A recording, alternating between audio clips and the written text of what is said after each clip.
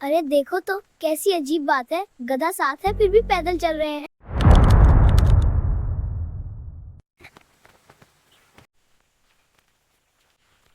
अरे इन हट्टे कट्टे बाप बेटों को तो देखो, लगता है बेचारे गधे की आज वर्जिश का दिन है।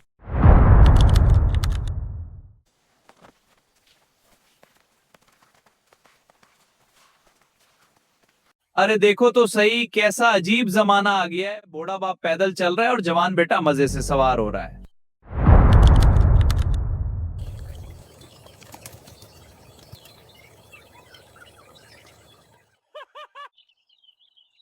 वाह भाई वाह, खुद तो मजे से बैठे हैं और बच्चे को पैदल चला रहे हैं।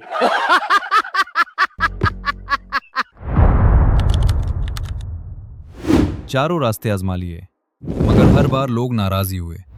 फिर आखिर उन्होंने ऐसा क्या किया कि पूरा गांव उन पर हंसने लगा। इस हैरानकुन हकीकत को जानने के लिए मुकम्मल कहानी अभी देखें। लिंक कमेंट बॉक्स और इस रील की डिस्क्रिप्शन में मौजूद है।